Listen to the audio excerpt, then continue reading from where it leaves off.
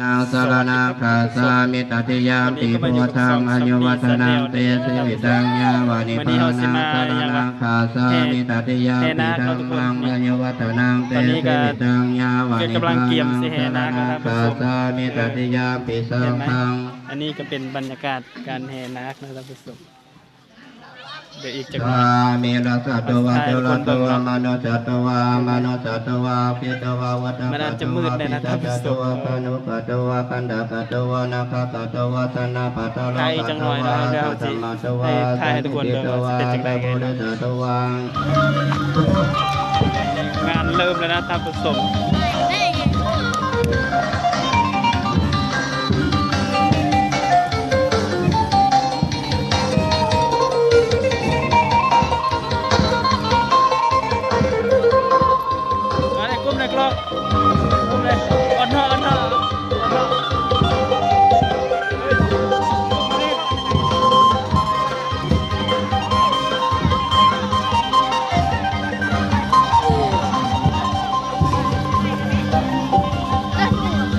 บ่อยตัวเบ่งไทยจะพูดนะ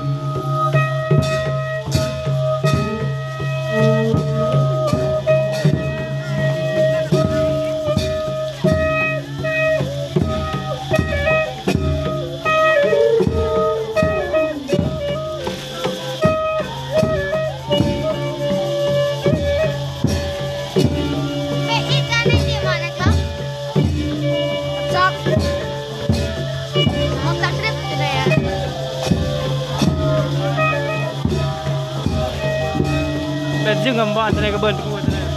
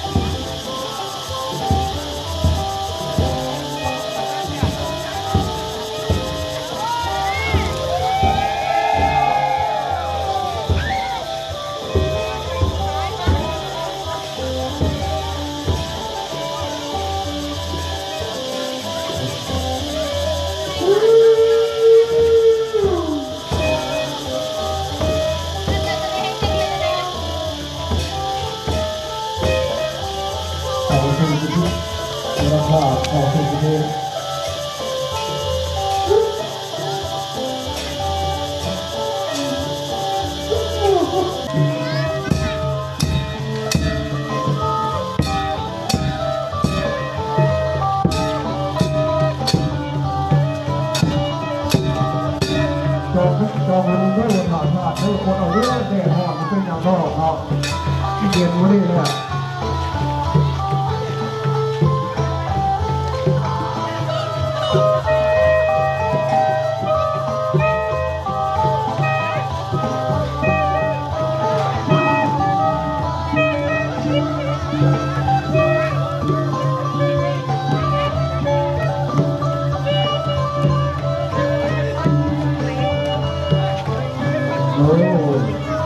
เดี๋ยวเขาอกเขาหอบหอบเลย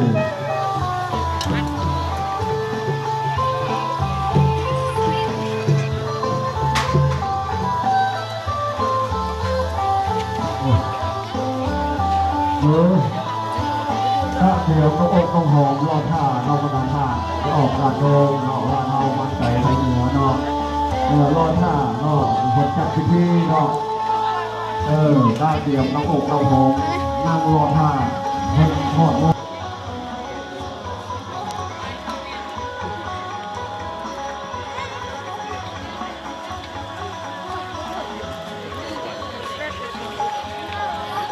รีวิว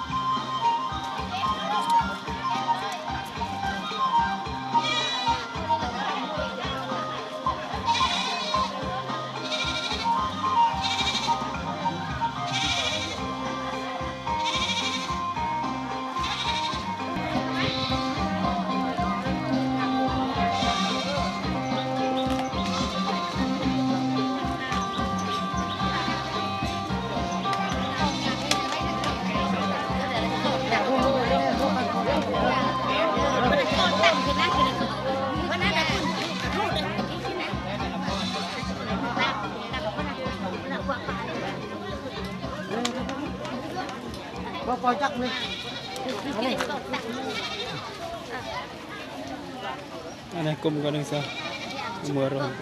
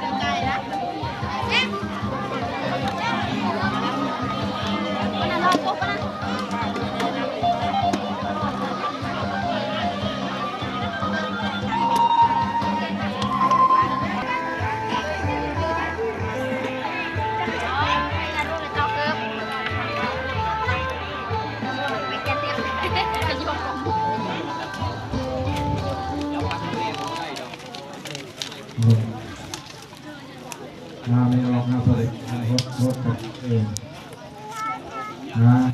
รถเนาะเป็นตัวนี้จะนิ่งไม่ออกโดยมีสุสีรถบ้านรถทำข้าวกินเลย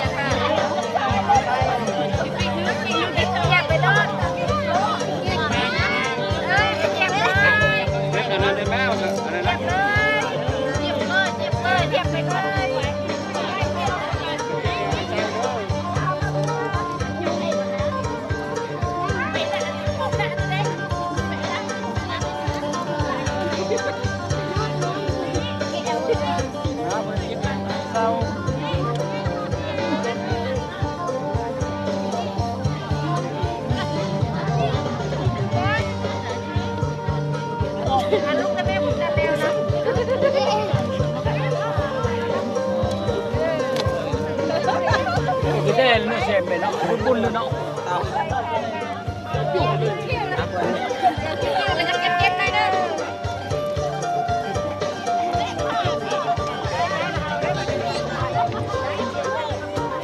เดี๋ยวไปสุดท้ายที่เราอยู่เด็ก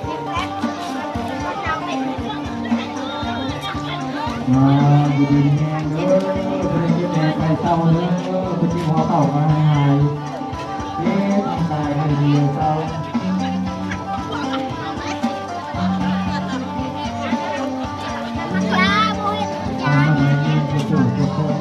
ไปมาเอ็นเทส400 ล้านไม่ออกไปมาทุกคน